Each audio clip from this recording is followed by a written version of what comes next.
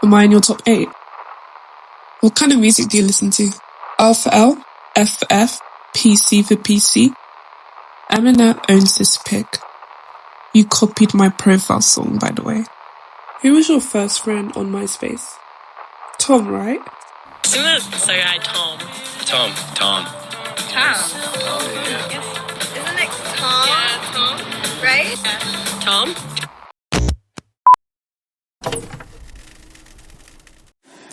And that was just the epitome of MySpace.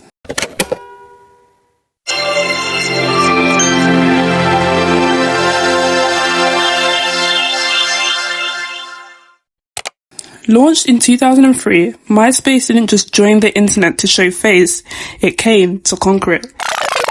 MySpace.com is considered a social networking website. It's most popular among young people. MySpace, the world's biggest internet franchise since Google. It's all hot though, cause MySpace is just the place to be when you're just feeling lame and feeling stupid. Do you use MySpace? Yeah. Do you use it on a regular basis? Yes, it's good. Do you like it? You know what I'm saying? I get on there, talk to all the girls, you know what I'm saying? Let them know, you know what I'm saying? See how things been going. That's how you get all the girls, you know what I'm saying? MySpace.com. Giving an entire generation a digital stage to build loud, unapologetic digital identities. Your MySpace profile became your personal stage, a living unorthodox scrapbook of who you are, what you loved, and how you wanted the world to see you. Okay, so we're in the year 2003 and online social networking was still in its early experimental stages. There were still other platforms such as Friendster, LiveJournal and Neopets, and all these platforms definitely played a key role in introducing the world to social networking. But of them all, I would have to say that Xanga perhaps came closest to what MySpace would become, offering a taste of self-expression through blog posts and customizable profiles. But it fell short as blog posts became heavily diluted and almost boring. The Malaysian-born Friendster was wildly popular at the time, gaining 3 million users within a few months of its launch in 2002, and eventually peaking at over 115 million users. However, its slow loading times and constant crashes only left users frustrated, which only left a very small inning for MySpace. Okay, so you're all probably wondering now, where did this genius idea of a digital scrapbook actually come from? And no, surprisingly, it was not your first friend Tom. The real driving force behind MySpace was Chris DeWolf. While studying for his MBA at USC, he created a final year project called Zeitgeist, which later became the blueprint for MySpace. And this project actually earned him an A. And don't worry, I did not forget about our good friend Tom, who was actually the co-founder of MySpace. In fact, he was actually the face of MySpace. Apparently, everyone else in the team looked too douchey and not friendly enough for the public. So how did Tom and Chris meet? So, they met in 2000, and at the time, Tom needed some money and applied for a job as a product tester at a company called XDrive, where Chris was the head of sales and marketing. Chris was so impressed by Tom's honest and critical feedback on the product, so much that he offered him a marketing role at the company. I guess he liked that, huh? And actually, during one of their early conversations, Tom asked, "What do you do, Chris?" And Chris replied, "Go figure out how to make money." And that's what he did. Down with the president of Disney Channel, and I said, I want to make history. And that's what this is. So fast forward to 2002, and both Tom and Chris were working at eUniverse. And around that time, Friendster was rapidly gaining popularity and showing huge potential as a social networking platform. So, inspired by this, Tom and Chris pitched a bold idea to their boss, Brad Greenspan, in 2003 to create a social networking platform that was more functional, cooler, and actually worked better, no shade. The idea was approved, and on August 1st, 2003, MySpace was born. Ladies and gentlemen, her. So MySpace was initially mostly populated by eUniverse employees, but after a bit of friendly competition within the company, challenging staff to see who could sign up the most users and offering a $1,000 cash prize, it quickly snowballed. What began as an internal experiment turned into a sensation overnight, from top desk to top dog, from startup shenanigans to social supremacy, from staff room to stardom. Do you see where I'm going with this? Whilst MySpace is widely remembered as a social networking platform, its original purpose was to help small artists connect with one another and showcase their work directly on their personal pages. It was more than just a profile. It was a space for creativity, community, and discovery. Over time, however, it would evolve into a mainstream social networking site. By 2005, MySpace was the most visited social networking site in the world. And at one point in 2005, MySpace had surged past Google. I mean, not even Tom Anderson's mom knew about MySpace, yet she knew about Google. MySpace quickly became a haven for emerging artists and their fans, and had already played a pivotal role in launching the careers of bands like Arctic Monkeys and Clap Your Hands Say Yeah. Fan-made pages helped their music spread faster than the traditional radio or live shows ever could.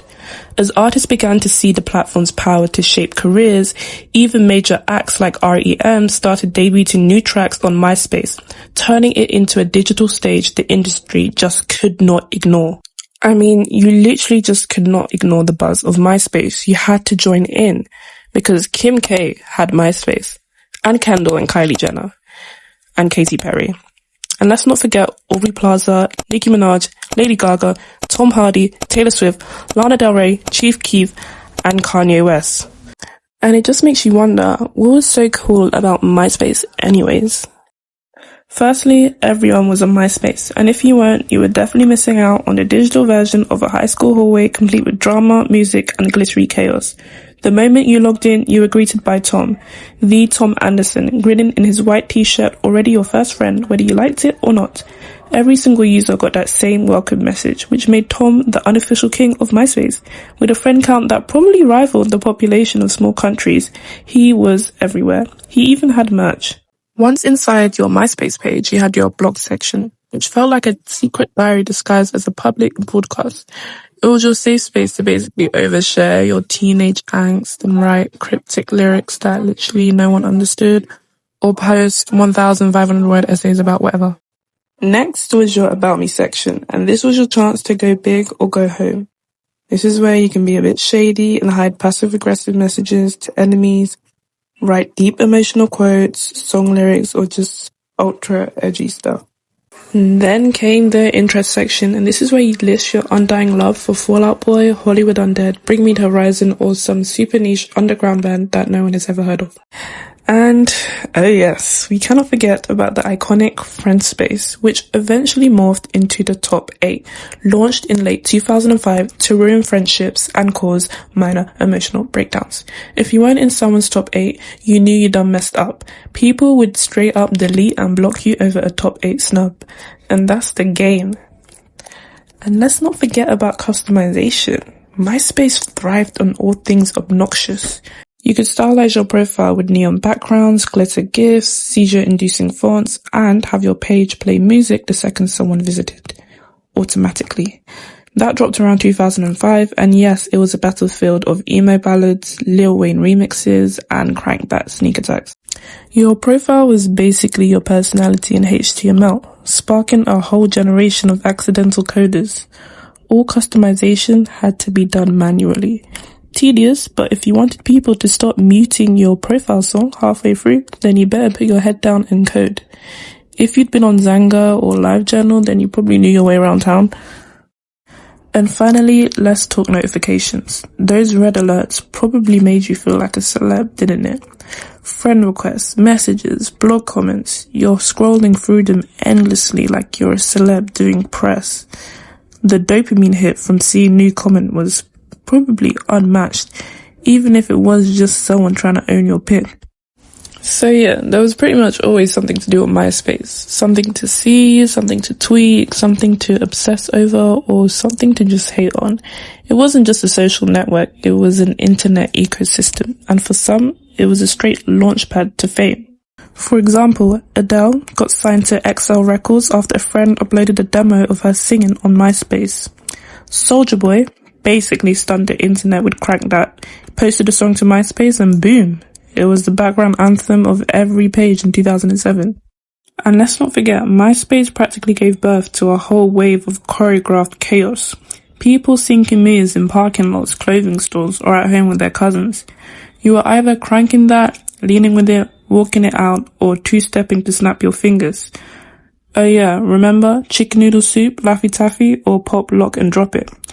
Some could say that MySpace was the original TikTok dance platform, just with grainier footage and terrible lighting. Then of course came MySpace celebrities. Tila Tequila, for example, was everywhere, one of the first true internet influencers. She posted spicy pics, wild blogs, and somehow managed to land her own MTV show, all off the back of a profile that had over 1 million friends. Jeffree Star, another example, he used the platform to post glam rock makeup looks, music, and brutally honest blogs that helped him build a cult following before the beauty industry even clocked in. Kiki Cannibal, another MySpace-made name, got famous as a scene queen with her bright hair, signature jewelry, and ultra-edgy selfies. Lily Allen, a British favourite, posted her music straight to MySpace, racked up a loyal following, and the next thing you know, label deal. Sean Kingston, same deal. Beautiful Girls started on MySpace, blew up on his page, and the industry just couldn't ignore the numbers. Even Arctic Monkeys used MySpace to push their early tracks. Fans circulated their demos across the site, which built so much buzz that the record labels just had to take notice. And I take this moment here to shout out the scene kids. They were the bulk of MySpace. Neon hair, skinny jeans, dramatic bangs, sucking on pacifiers, unreadable typing, and an unmatched dedication to their favourite bands. They turned niche alt acts into household names just by spamming profile songs and blog shoutouts. Now, all of this was building towards something big, and it came in July 2005 when Rupert Murdoch News Corp bought MySpace for a whopping $580 million. People got nervous, thinking corporate hands might kill the vibe, but it didn't slow down anything. In fact, it exploded. By early 2006, MySpace had over 50 million users and was gaining 170,000 more every single day, and had overtaken Yahoo as the most visited website in the United States. Now, News Corporation saw this purchase as a way to capitalize on internet advertising. And it was the right move. It was recorded that the average MySpace user in the US was viewing over 600 pages a month. So, you can already see the dollar signs. In August 2006, MySpace signed a massive advertising deal with Google that was worth $900 million. Yes, $900 million, making it Google's exclusive ad and search partner across Fox Interactive Media. And with this, MySpace was actually making bank. To be specific, $30 million revenue a month, half of which came from the Google deal. And with this, I say more money, more problems, and you'll soon find out why. In that same month, MySpace also started offering classified ads, a service which grew by 33% during the following year. So your MySpace page was probably a bit cluttered, but at least you could window shop as you attempt to scroll through your friends' top 8. Yay? But just as MySpace reached its peak, Facebook crept in.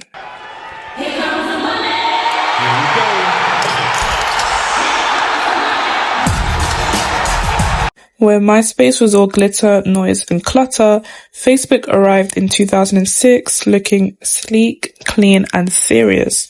No chaotic layouts, no hidden autoplay songs, just a simple feed, real names, and a polished UI. You didn't need to go snooping through profiles to catch up. The newsfeed brought the drama right to your doorstep. No more clicking through your friend's page to see what they are up to. It was all delivered in one sleek, scrollable stream. Messages, photos, comments, it all lived in structured, uniform places.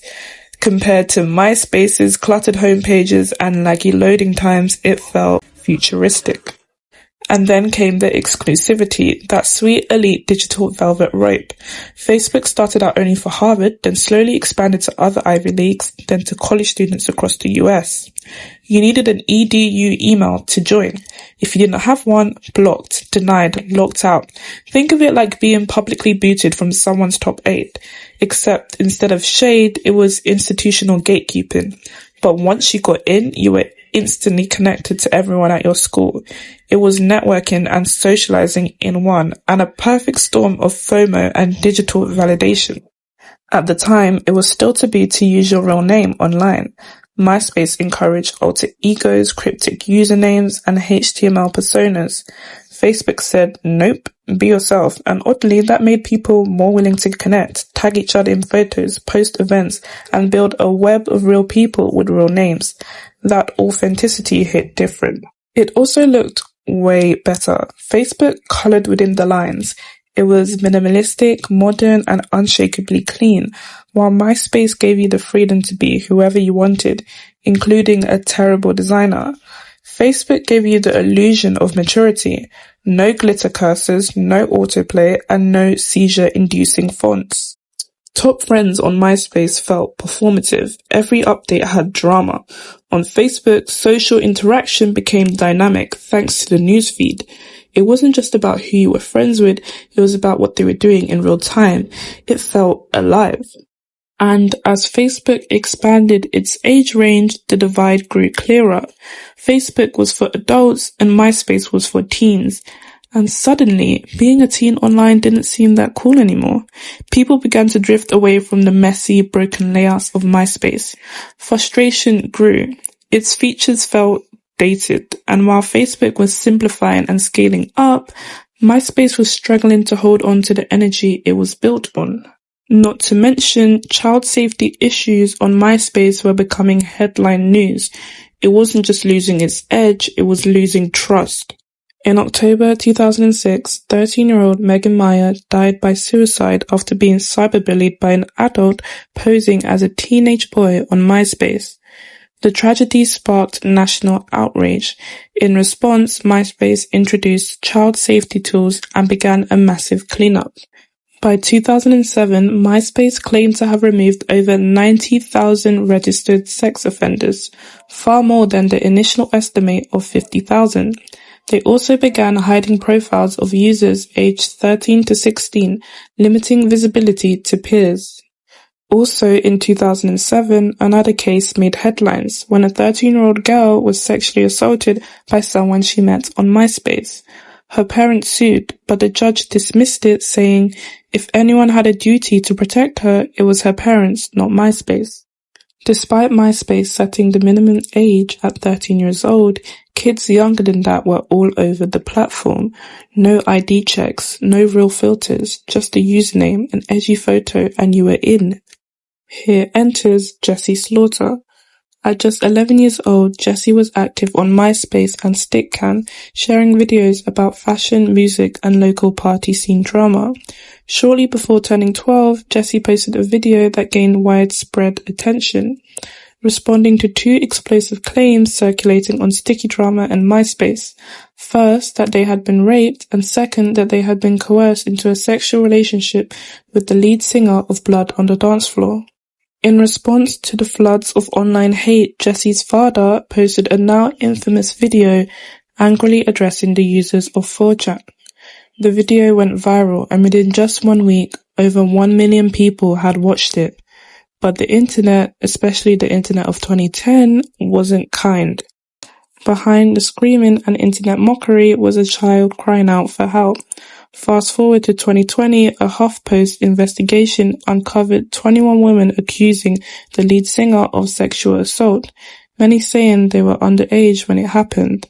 That number later climbed to over 40 victims that had come forward. Most say he used MySpace and Stickcam to message, groom, and lure them in. He wasn't just messaging them. He met fans at concerts, backstage, in hotel rooms. Several survivors claimed assaults took place during meet and greets, where teens were left alone with him by trusting parents. And through all of it, he kept gaining popularity, topping MySpace music charts, selling out shows, even landing hot topic deals. Scene kids worshipped him, platforms enabled him, the internet laughed, and MySpace, they did nothing. Jessie later came forward telling their full story. They weren't the villain of the internet, they were one of its earliest cautionary tales. As Facebook exploded, MySpace panicked. By June 2008, Facebook had officially surpassed MySpace in user numbers. People were ditching in masses, and in January 2008, some even declared International Delete Your MySpace Account Day. Ouch. Leadership shuffled. Chris stepped down, Owen Van Natter came in and cut 30% of staff, then quit less than a year later, citing frustration with the site's slow change and outdated culture. By 2011, the site was bleeding users, dropping from 95 million to 63 million in just 1 year. A desperate rebrand in 2010 turned MySpace into a music site, and they even redesigned the logo to read My followed by an actual blank space. Yes, literal space. In 2011, News Corp dumped the platform for just 35 million, a painful fall from its 580 million glory. The buyer, Specific Media, with Justin Timberlake as the face of the relaunch. Cool idea, right? Didn't work. In September 2012, MySpace announced a sleek new redesign. No launch date, just a promise. It was glossy, modern, and clearly built with tablets in mind. The once chaotic profiles were now clean, visual, scrollable, like it was trying to say, hey, we're still cool. But it almost felt like your old friend from school showing up years later in new clothes, hoping you forget the past. By 2013, the redesign wiped out users' entire blog archives, deleting a whole era of teenage gold, and the people were furious. In 2016, MySpace was sold to Time Inc. In 2018, Time Inc. was bought by Meredith Corp., which sold MySpace to Viant Technology. Then came the final blow in 2019 during a botched server migration. MySpace lost everything uploaded before 2015, over 50 million songs and 12 years of content. No backup, just gone. Thankfully, the Internet Archive recovered about 490,000 MP3s, now known as the MySpace Dragon Hoard, a dusty museum of our digital youth. Since 2022, music uploads and playbacks were disabled. By 2024, the site had entered a weird read-only mode, frozen in time, but strangely enough, in 2025, articles quietly started publishing again. So yes, MySpace still exists, but it's a complete shell of its former self. MySpace just couldn't keep up with the rising giants of the time. Facebook with its clean interface, real names, and curated connections. Twitter with its speed, brevity, and addictive scroll. MySpace stayed messy, chaotic, and honestly kind of glorious. A time capsule of teenage rebellion, oversharing, broken code, and unforgettable music. We'll never get that kind of raw digital freedom again, and maybe that's for the best. It's just so crazy to think that MySpace was the king of the internet at one point.